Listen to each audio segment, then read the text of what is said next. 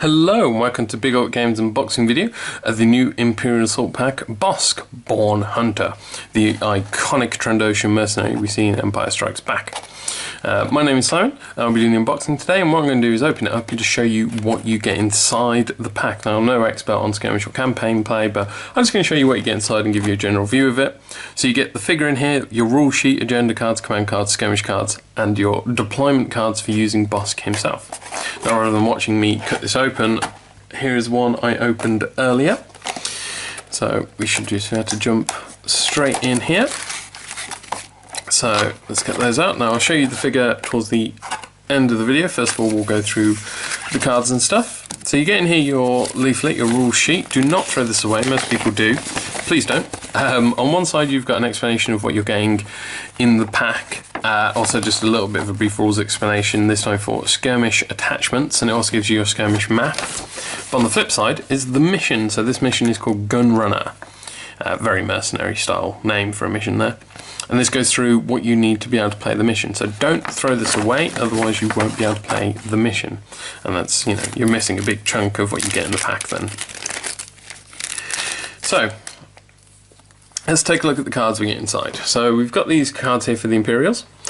So keep this card secret. Play it during any mission after an attack targeting an Imperial figure resolves. Choose a rebel figure within 2 spaces of the target space. That rebel figure suffers damage equal to the damage suffered by the Imperial figure during the attack, max 3 though. Then either discard the card or shuffle it back into the agenda deck. So that's quite interesting. It's, you know, furious retaliation. You know, if the rebels have got up and close, when, as the favour says, the scream echoed full of rage. The revenge was instant and feral. Very fitting of Bossk, and very nice for Imperial players, because something comes up and runs up and tries to smack you in combat. Retaliate. Then the other agenda is on the hunt. So place the card in the play area. Exhaust this card when a rebel figure suffers strain to choose an Imperial figure. That figure gains 1 movement point. At the end of the mission, either discard the card or shuffle it back into the agenda deck. So, yeah, so extra bit of movement points is quite useful. Not sure entirely how often it will come up and be overly useful, but I quite like it, especially for 1 influence.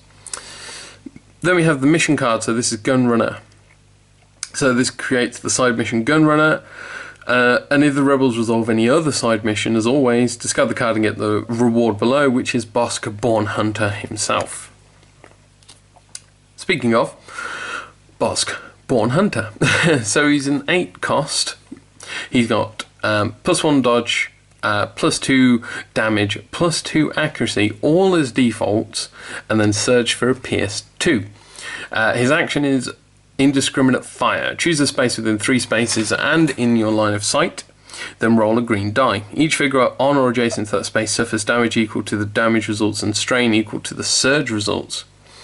And he has regenerate. At the start of each round, recover 2 damage and discard all harmful conditions, with 10 health, 4 speed, white defense dice, and red and green on the attack dice. Not that he needs attack dice with all those passive bonuses he's getting. So Bossk is one mean figure from what I can see.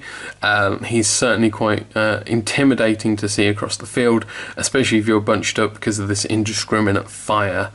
That could really lay some harm down if you've got like a group of your heroes together, you know, you've all clustered together in one corridor. He could really lay some hurt down on you. And the regenerate means he's going to be kicking around for quite a long time. You're going to have to slap a lot of damage on him very fast. So great on the offense, a little bit of defense, but again, he's only got the white defense dice, which means you know, outright cancel the result, but you do have a good chance of actually being able to ping some damage onto him. So Bossk is very powerful from what I can see. We then have Headhunter. So this is an attachment, so it's an upgrade attachment. Exhaust this card when a hostile figure suffers strain during your activation. Reduce the amount of strain suffered by 1. Then the player controlling that figure must discard 1 random command card from his hand. If he cannot, that figure suffers a damage. Ooh, so yeah, that's punishing you there a little bit. And we have the Skirmish Mission. So scavengers, walls between spaces containing difficult terrain, so the blue lines, do not block movement, adjacency, line of sight, or counting spaces. And at the end of each round, each player gains 4 VPs for each hunter's cache they control. Then we have Watch Your Step. So again, walls between spaces containing difficult terrain do not block movement, adjacency, line of sight, or counting spaces. Figures do not spend additional movement points to enter difficult terrain either. The first time a non-mobile figure enters difficult terrain each round, though, that figure suffers a damage. And at the end of each round, each player gains 4 VPs for each Hunter's cache. So both Hunters cache-based. That's quite an interesting one, the Watch Your Step, just because you've got a much more open field to play in. Downside, however, is you're going to be taking some damage. And then we're on to the small cards. So we've got the Trandoshan Terror. So this is for Bossk. Use when you declare indiscriminate fire to add a yellow die to the dice pool. Oh, just making that ability even more foul.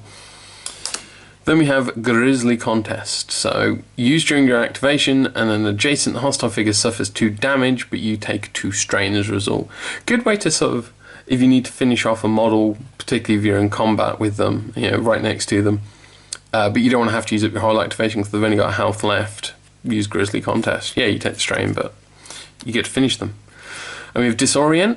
Use after a hostile figure with a beneficial condition suffers damage. Discard the beneficial condition from the figure, and then they take 2 strain as well. So, punishing a player for trying to make their character better. Seems fair. And we have Wild Attack.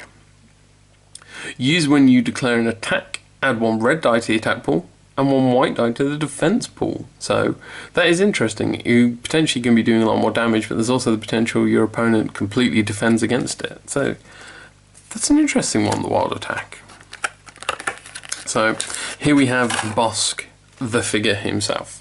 So it's an okay pose. I'm not completely enamored with it. I mean, you know, he is pointing a gun and he is holding it, you know.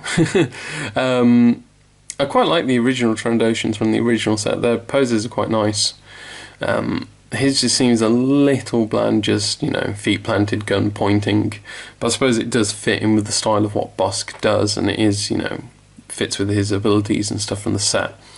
As always with Imperial Assault, there's a lot of detailing on there. You can see all these straps going across him. You can see like all the ridges, all the scales, sorry, on his legs, on arms and head.